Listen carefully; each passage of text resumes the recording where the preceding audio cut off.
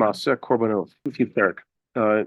The sixth halacha of the 17th parak, we said last time that the maximum size of a voluntary mincha. A person, the tzibur has meal offerings that the tzibur has to bring, as prescribed by the Torah. Those have set amounts, right? Meal offerings that have set amounts, and that's what they are. They're non-negotiable. So what are the set meal offerings? Non-negotiable. The omer, the shtei lechem, lechem apanim. Those are menachos existing on their own. And then there's the menachos that are brought in conjunction or as accompanying the animal sacrifices.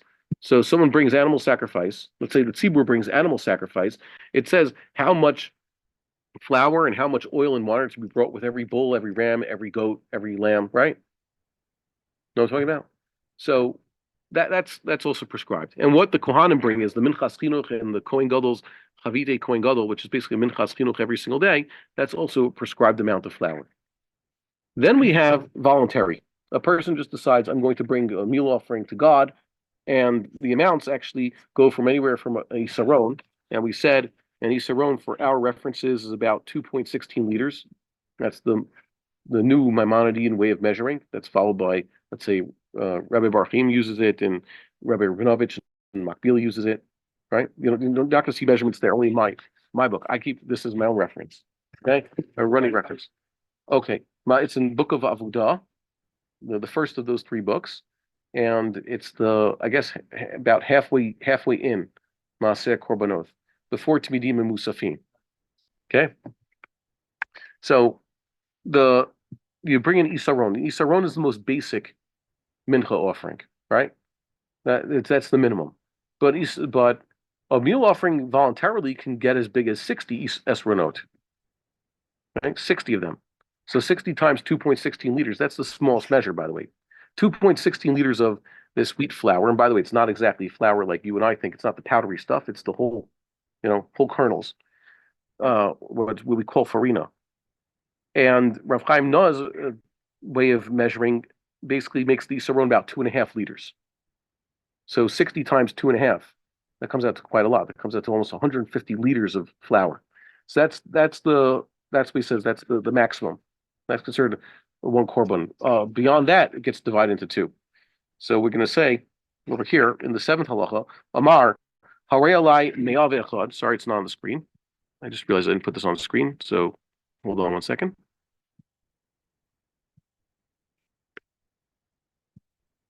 There you go. 17th parak, 6th halacha. I'm going to embiggen this a little bit.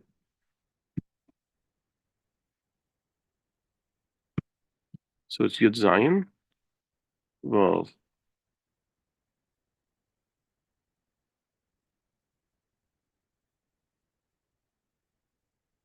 yeah, this in the seventh halacha in Makbili might be halacha 8 because Machon Mamri has it as the 8th halacha.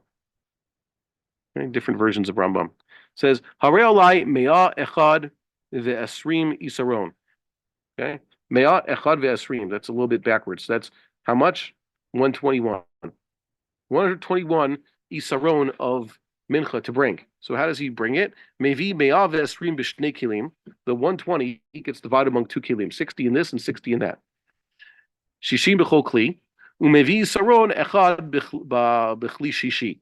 And the third, say here I have bichli shishi, and in the Korean it's bakli hashlishi with definite article. What do you have? Bichli shishi. Korean has a bakli hashishi in that third one. Okay, so I don't know. Did they already mention a third kli? By the way, the one isaron, you can't say, well, 121 divided by 3. It's not divisible by 3. It would be 40, 40, 41, right? But don't do that. Don't do it evenly. 60 max out one kli, and then max out the next kli, and then one more in a much smaller key. Well, these are sacrificial vessels. But so before it's the temple, in the temple, it's always gold or silver. And it's a specially made one that they use in regular temple service. When a person brings to the temple, he said here earlier that he's just supposed to bring it in, whatever he has, an appropriate kli. So they're talking about the ones that are good to be. Yeah, it says, for example, in Sota, Let's see a Mishnah and Sota that actually sheds light on this. The second parak or the third parak? What does it say about the woman who's the Sota? So she's being brought by her husband to be tested. So it says Hayam eviet minchata b'fifa mitzrit. He would bring her mincha offering in an Egyptian woven basket, a reed basket. Why they say it? Because in Egypt they make baskets out of reeds. By the way, but people had them in Eretz Yisrael. I guess they imported them. No, that was something they had. And he continues, and remember, it's the man. The husband brings the mincha. He's the one who pays for it. He's bringing the wife also. You can imagine what kind of couple this is if they're being brought to this state already. And he puts it on her hands, makes her schlep it to make her tired. Why do they make her tired? Hopefully, he'll make her want to confess if she is guilty. I put that in question marks. All the minachos, they start off in a kli sharet and they end up in a kli sharet. Whereas this one starts, it starts off in this Egyptian woven basket and then ends up in a temple vessel, okay, kli sharet. So the Rambam says it doesn't really start off in a kli sharet. Kli sharet means the temple vessel that the Kohanim eventually use, and from where they take the kmitza, and then the rest is put on the fire, or the rest is put into, if it's a regular person's mincha, so the Kohanim are going to turn it into food, which they're going to eat. He says, the Rambam says, Kelim haruim li sharet, kilomar klei chesef izahav. A person who brings a mincha to the temple and is not for bringing for the sota purposes, so he brings in his own vessel of gold or silver. The temple doesn't keep it. I guess if he wants to donate to the temple, he could also make a donation to the temple. But the point is, he brings his sacrifice to the temple, his mincha offering. He should bring it in a big golden bowl or a silver bowl, and then the Kohanim transfer it to an official bowl. The official bowl is where the sanctification happens. Okay, so that's the answer. Understand? So yeah, so it's called a kli sharet because it's fit to be a kli sharet. What makes it a kli sharet? Made out of gold or silver, precious metal. What about bronze? I think that would also be, it's the other thing they used to use in the olden days. Nowadays, do you have any gold or silver vessels in your house? No. Most of the things that we have are nicer, china, glass, or stainless steel, right? Things have changed. People look at China in the olden days. What's so fancy about China?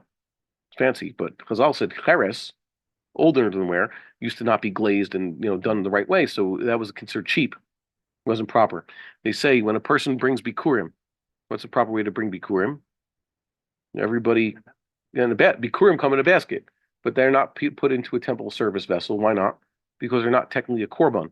The bikurim are a donation. They're like truma for the kohanim. But who brings the bikurim in a golden basket, in a golden bowl? King. A king, he's supposed to be super rich. So he doesn't bring like a regular person. He brings it in a golden vessel. So nowadays, most people don't have these types of things. In Machon Mikdash, you can see them. They've created new service vessels, and lahavdil, Christians use all sorts of, their rites and all that. That's a leftover from what we used to do. Okay.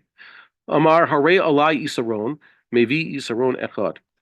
This is a continuation here. It says, person declares that he's going to bring an Isaron of flour, like we said, 2.16 liters. So he brings one. Hare Alai Esronot. He now said it in plural form. What's the number before the plural? He just knows it's plural. What's the minimum plural? The minimum plural is 2. So it says Yavi Shnaim, so he has to bring 2 Esronot. Pirash Nidro. He actually said a number. How many Esronot? 3 Esronot, 5 Esronot, 16. And then he forgot. How many did I say? V'shachach kama Isaron Piresh. Oops. Or Piresh. Here.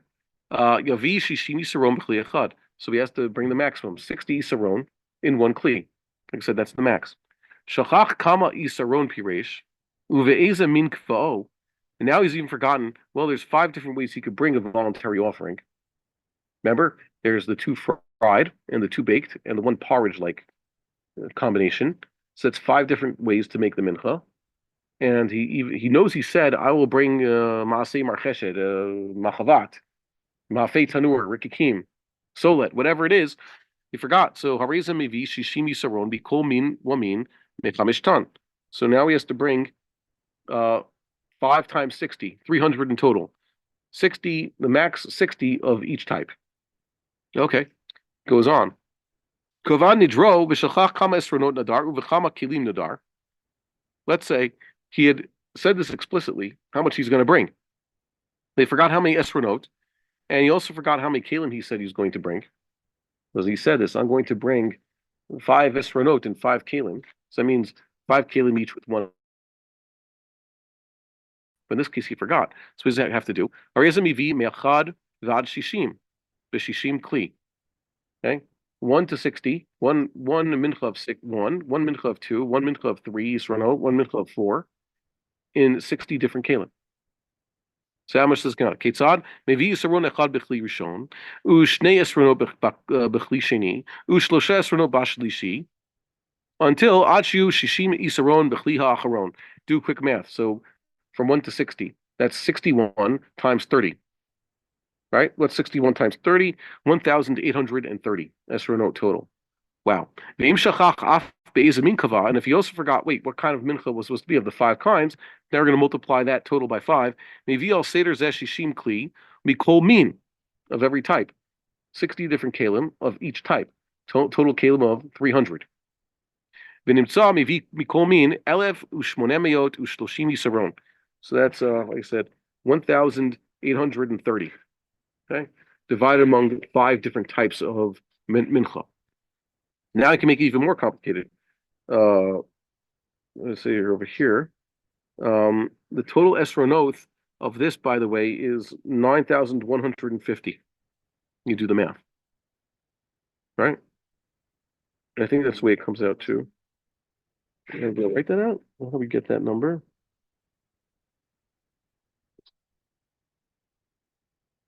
I don't know why I wrote this note over here. Okay, fine. Let's see here. He's going to continue. There's a lot of stuff here. How does he even manage to do that?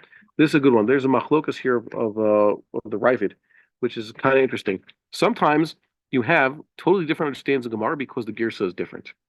If you'd open up Menachos now to page 103, you'll find that the Rambam's basically writing here that other people understood Gemara totally differently. Not because it's subject to interpretation or it's a machlokas, how you resolve it with competing girsos, competing sugyas. It's that they actually have a different girsa.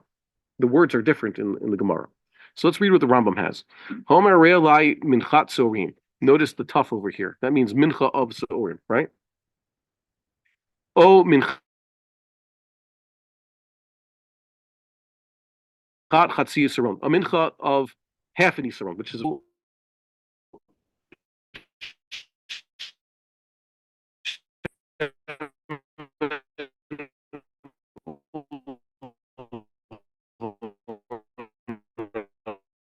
he says I'm going to bring a mincha without the port. Why? Because you're not supposed to bring mincha of sorim. There's only one that's made of barley sorim, or what we just saw, the sota brings that. But a regular person gets to say, you know what, I'll bring a barley offering also. They all have to come from wheat. By the way, not even spelled. It has to come from wheat.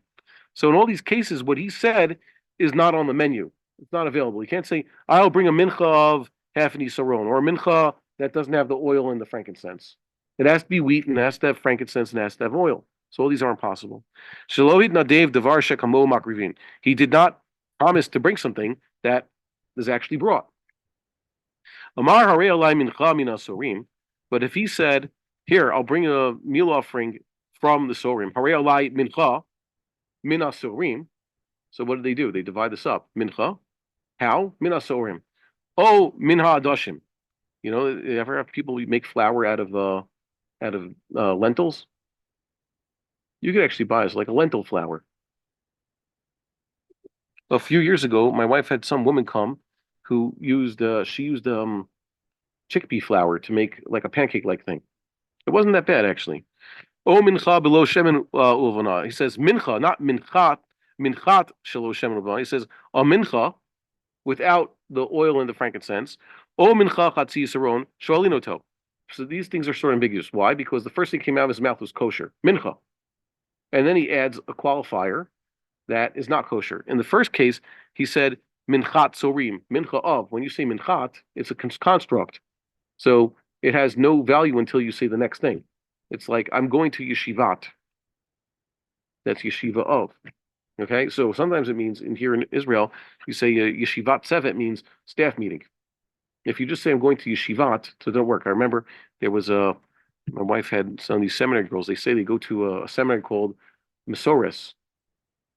Okay, like the construct form Misorah of a tradition, and it's kind of weird because it doesn't mean anything. There's a name out there. I've heard a few places they call a girl Zimrat instead of Zimra, Zimrat or something like that, or Shirat. There's Shira as a name, but if you add a tough there, it's a construct form. It means of what. And conversely, there are people who don't know that certain forms should be in construct. Like we commonly say, shalom means peace or the quality of something, and in construct, the kamat becomes a shava. So the peace in the house is, getting along with your wife is shalom bayith with a shava, not a kamatz. So here we put that on the board. Let's see an example. It was very good. Okay. So you weren't here when we were using the blackboard. We got to use it for the first time. Okay, so here's the way it's supposed to be vowelized. Okay, that's the correct vowelization of Shalom Bayith. So people don't know that you have to make that a construct form, like Ritzon Hashem, the will of God, not Ratzon. How they do it, they normally pronounce this as a kamatz.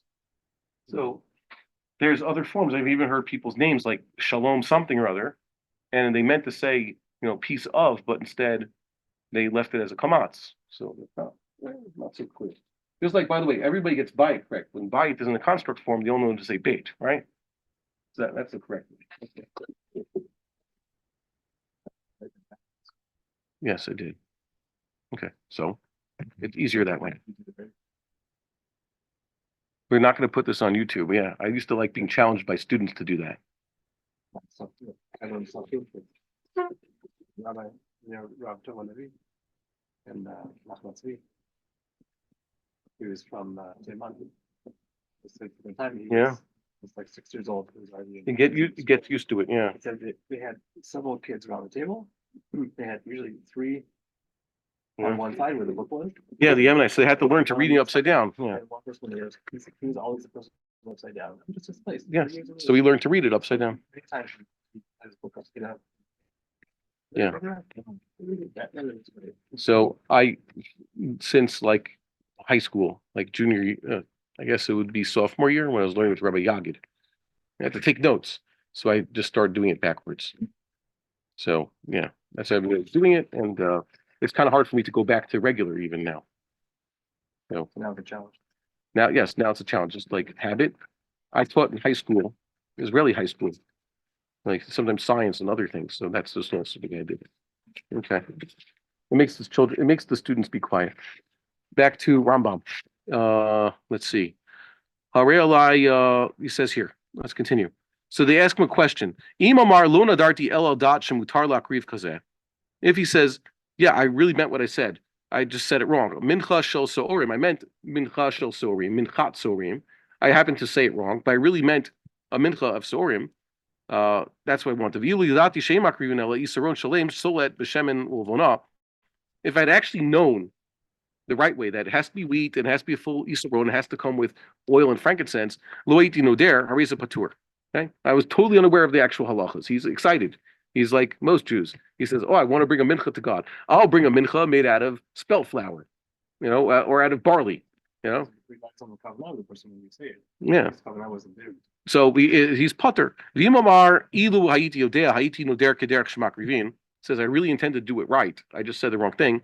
Hareza chayav la'akriv kederek shmak rivin. So he has at least a chiyuv. He has to correct it. Why? Because he started off saying mincha.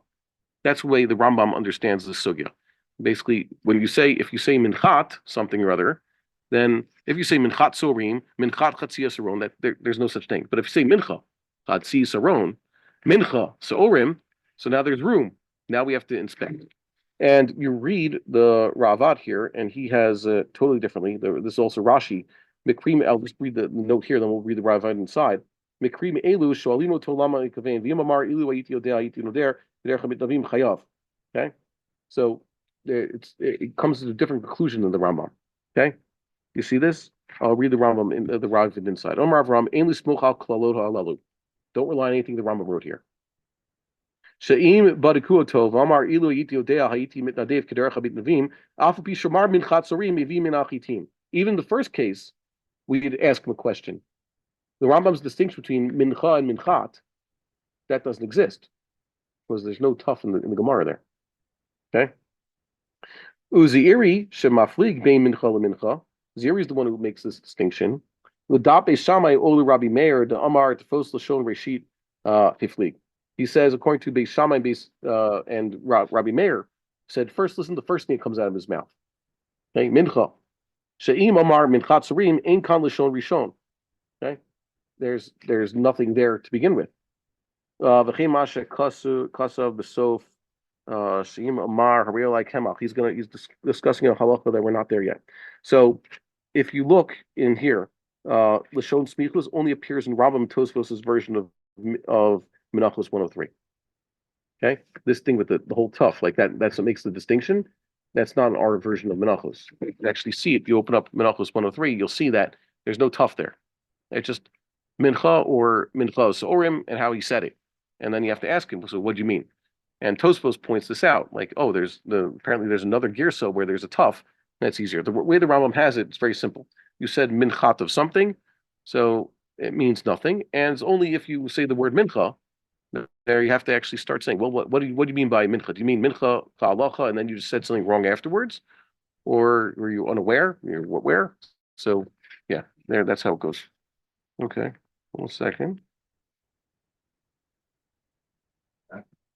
There's a Tosfos there. That's not here. Okay. What? Are there any other halakhic books like the Rambam that's talking about korbanot? An actual psak? Not that I'm aware of. It's a problem, people like the Rif, for example, when they're writing, the Rif came before the Rambam, right? So the Rif was born I think when was he around? In the 900s. Lived a very long time. So the Rif, when he was around, he wrote halachas. He basically wrote his psakim that came from what? Came from the Gemara. But the problem is the Rif didn't write those on, let's say, the sugyas that are Torah Eretz Yisrael ones. If it's not what basically Bar-Hayim, Yoredea, and by the way, the Torah didn't even exist at the time. That's usually a distinction we make. The 4 Turim were a creation of the Torah, right? Based on what the Rush was writing. The Rush also only wrote about certain things. So when you open up, let's say, Psachim, there's a lot about Pesach all the time. Chametz and matzah and bedikas chametz and how to conduct your seder if you don't have korban Pesach. So there's a lot of Rif and Rush on those, right? And Rush came after Rambam, and the Rif came before the Rambam. So there is Rif, but on the middle chapters, which talk about how to do korban Pesach, so there's no Rif and there's no Rush, right? So no one wrote about this. Or you open up let's say here I have Seder Rav Amram going right here, his Siddur. So he's not going to tell you how you do things in the Beis Hamikdash. He wrote about how you do things in the synagogue. So yeah, I think Rambam was the first.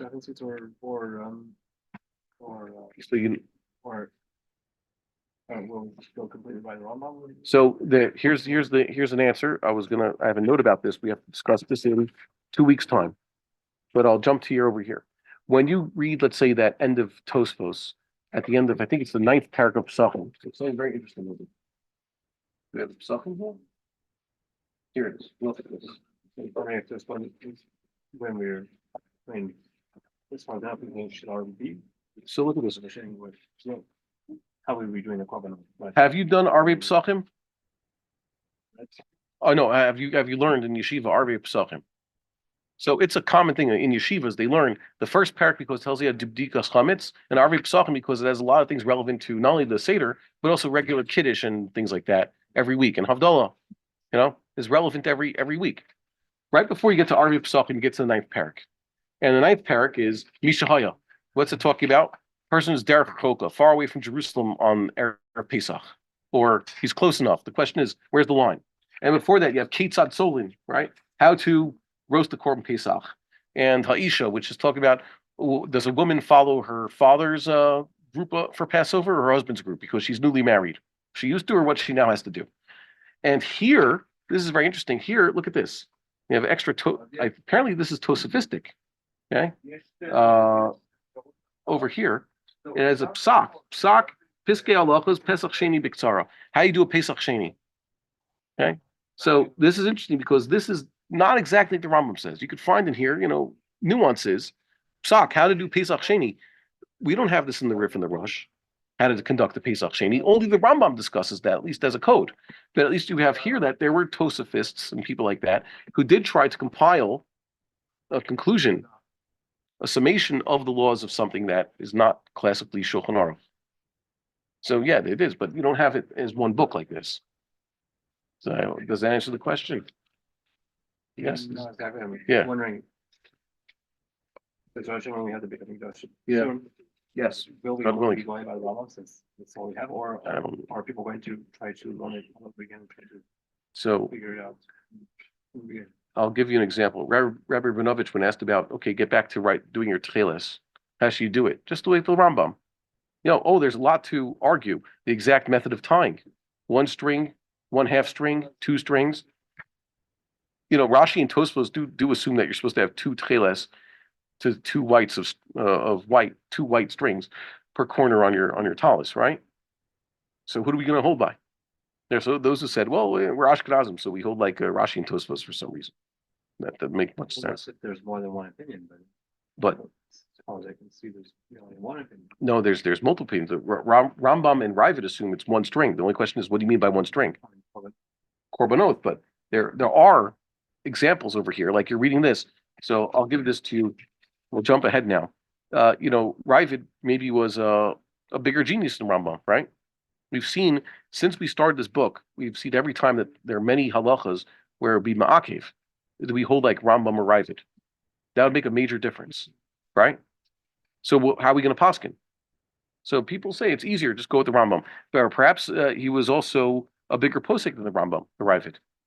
And he maybe is even more correct than the Rambam. I can't judge that.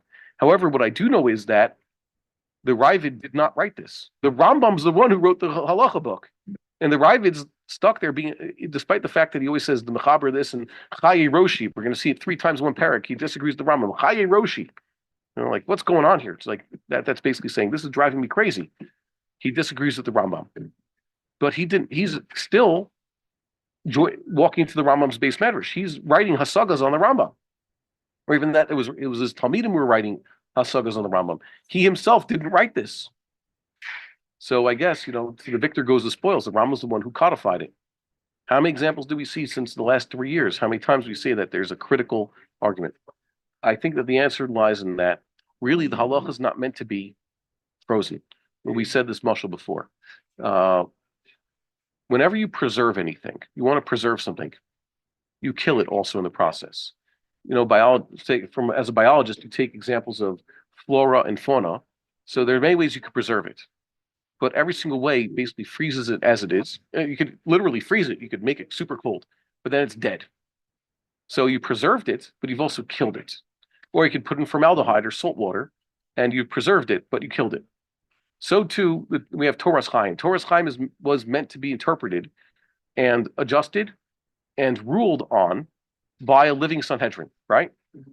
That's what the Sanhedrin did. When they have questions like this in the base of Mikdash, they didn't say open up a Rambam or open up Bava Metzia. Well, sorry, if you're looking in the base of Mikdash, you don't open up Zvachim and Menachos. What would they open up? They wouldn't.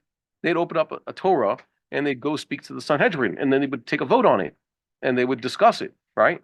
That's living Torah. That's the ideal method that's described by the Rambam. That's described by Chazal. That's a living Torah. So if you're going to Gullus and you need to preserve this Torah, what do? You write it down. But by writing it down, any stage of taking Torah Shebaal Peh and writing it down and etching it into stone has done a wonderful job at preserving it. But what do you call it when you have a living being that was animal or vegetable and it's turned into stone? It's a fossil, right? You basically feed the Torah, but you basically killed it in the process. It's not living. And if you want it to be living, you have to reconstruct the Sanhedrin, which, by the way, is totally doable. I'm surprised by all the attempts to do it that have keep meeting with failure, because I admire the people who are trying to. I don't think they've succeeded so far. I admire them at least trying to do something. Men of act, as long as you're trying to do something, that's already get credit for that. And but they're not succeeding. The Torah is supposed to be alive. So so you can unpetrify it. The Ram says that's what you should do. So I think that, and we said it all along, if we encounter one of these critical distinctions, like for example, you need techeles to run to have just the basic big kahuna, otherwise it doesn't count. That's holding us back. So it's pretty much clear. Now we figured out what techeles is. Good. And what about the argamon? There's less talk about that. But you should just know, even though we've pretty much found the techeles, that was by finding what the argamon is first. The Rambam says argamon is not what everybody says argamon is.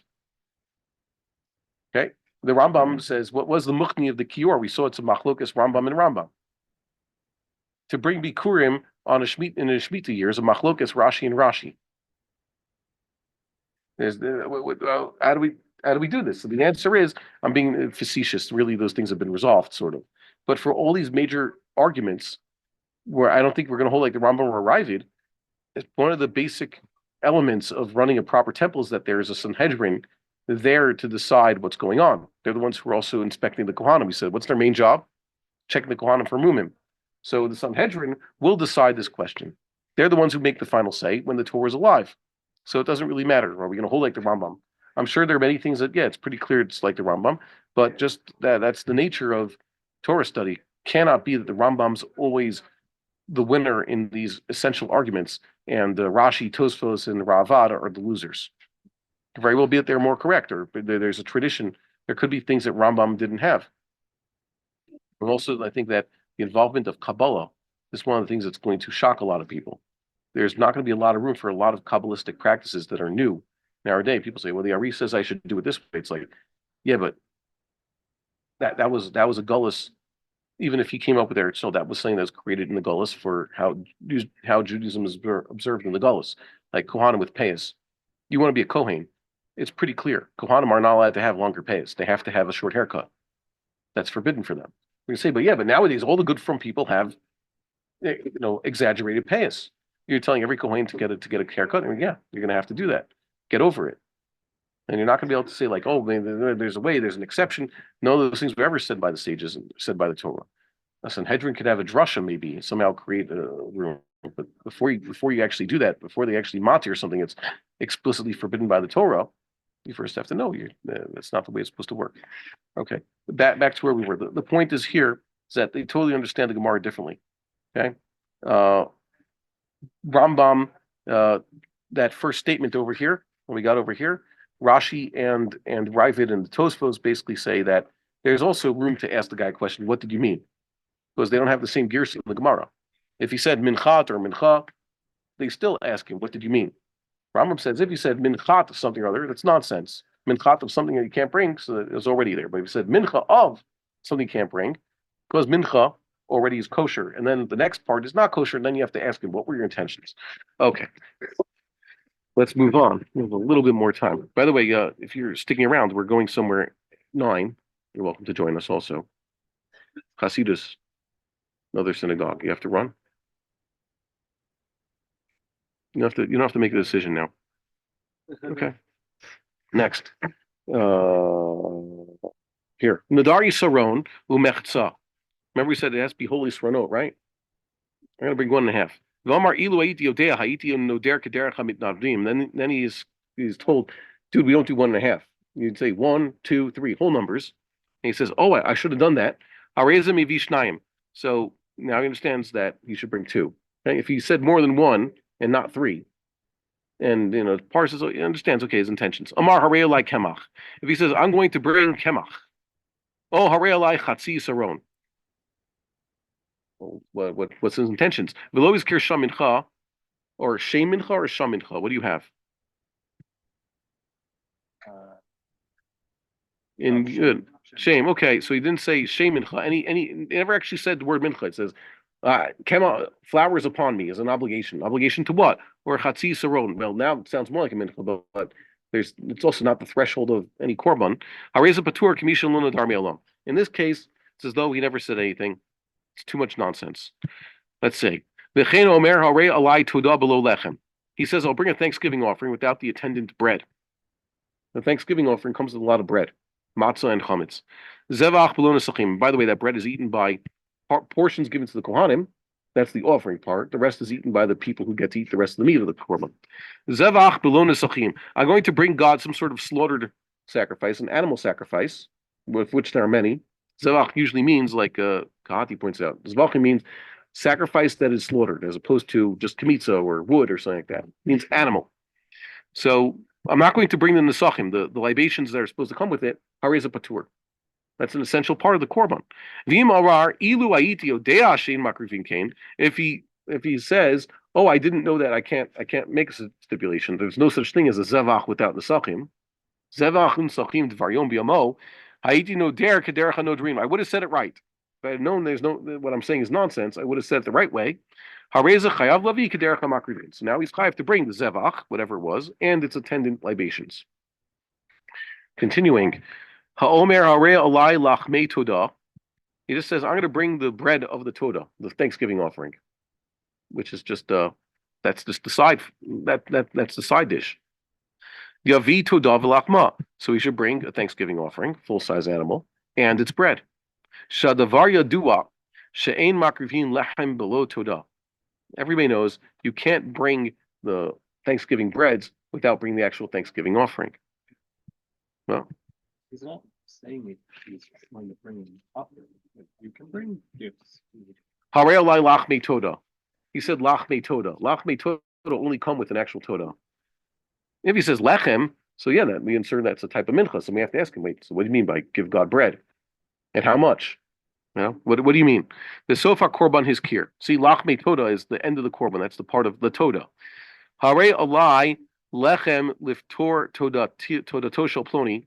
Says, I will bring the bread to exempt someone else. Someone else has to bring you promise to bring God a todah. And I'd say, and I'll bring the bread for you. I'll contribute to it. Yavi lechem todah im todat chaviro. So yeah, that works. He brings the bread, the lechem todah for his fellows korban todah. Well, so his friend is not obligated to bring the bread? No, is his friend to basically has someone pick up the tab for him. Yeah. If you say you're going to bring a korbanot, you get obligated, but then someone contributes to it.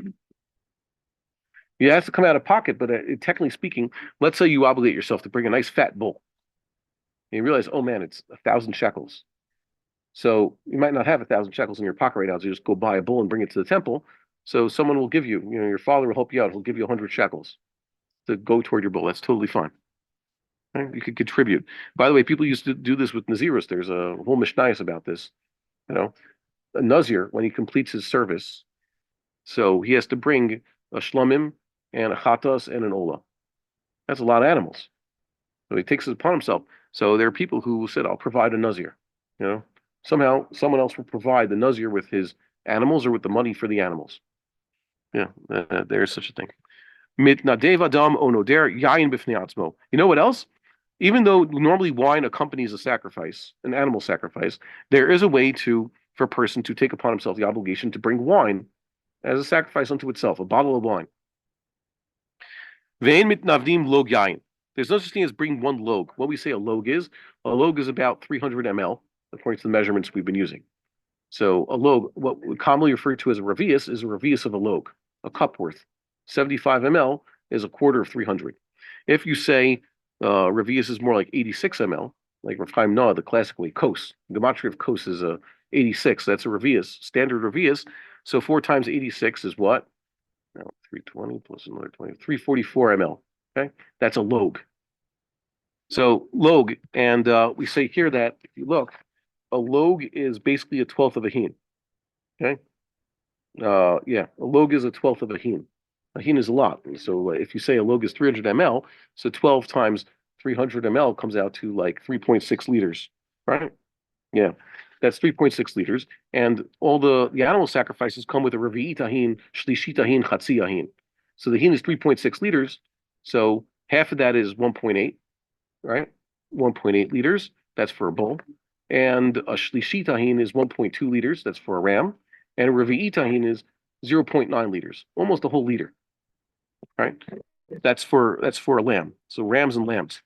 So you're not supposed to give a log yayin. Log yayin is too little. That's a twelfth of a hin. That's that's a third of a revi'it tahin. Revi'it tahin is the basic wine that you bring if you bring a lamb to the temple, or the lamb in the morning, for example. Revi'it tahin is offered with the lamb of the morning and the lamb of the afternoon. And if you say just a log, that's just a third of the bottle of wine that you're supposed to bring. Velo shnei logan, and you can't bring two logan either. 600 ml.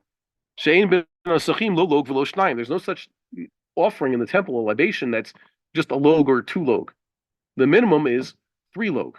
3 log comes out to, like I said, a revi'i tahin. It's just confusing. Like repeat it. Yeah. Maybe he has notes over there. It tells you that how much ml everything is. Ve'emit nadvim chamisha. Also, you can't bring 5 log. That's not anything that's broad. Yeah. No, we say 3, 4, 6 log. Okay. So, sorry. Yeah. Has to be a whole bunch. That would be 3. Yeah. So, yeah. So that's what the Rambam is going to say now. So the basic, the smallest you can bring is 3 log, 4 log or 6 log. 5 can't do anything. Okay, you guys are 3 and 2. No, it doesn't work. 5 log, there's a significant amount of wine, does not fit the libations of any one animal that a person can bring as a korban. Or you can't divide among 2. Like this animal will get 3, and this animal will get 2. This animal will get 1, and this animal will get 1. That doesn't work. Sorry, this animal will get 4. This one will get 1. Yeah, this animal does get 4. That works, but animal will get 1 log doesn't work. Aval mitnadvim shlosha arba'a shisha umishisha mala. That also works. You could bring 3 log. Why? 3 log fits for a lamb. 4 log is good enough for a ram. That's a shlishitahin. 6 log is good enough for a bull. That's half a hin. 7 can be divided among 3 and 4. And 8 can be divided 4 and 4. 9, and so forth, can be divided 3, 3, 3, or 3 and 6. So once you get above 7, like the Rambam says, Shisha Labala, now you can do it. But 1, 2, and 5 don't work. Those amounts don't work. For anything less than 1, obviously. Okay. Let's see. Oh, that brings us to the end. Okay, so we'll close here with a prayer that we live to see the rebuilding of the temple speedily in our days. Have a good Shabbos, everybody. Shalom v'nitzachon. We would like to encourage our viewers to share these videos with friends and send in your responses. If you would like to obtain Birkon Nusach Eretz Yisrael or invite the rabbi for a speaking engagement, please email us at office@machonshilo.org.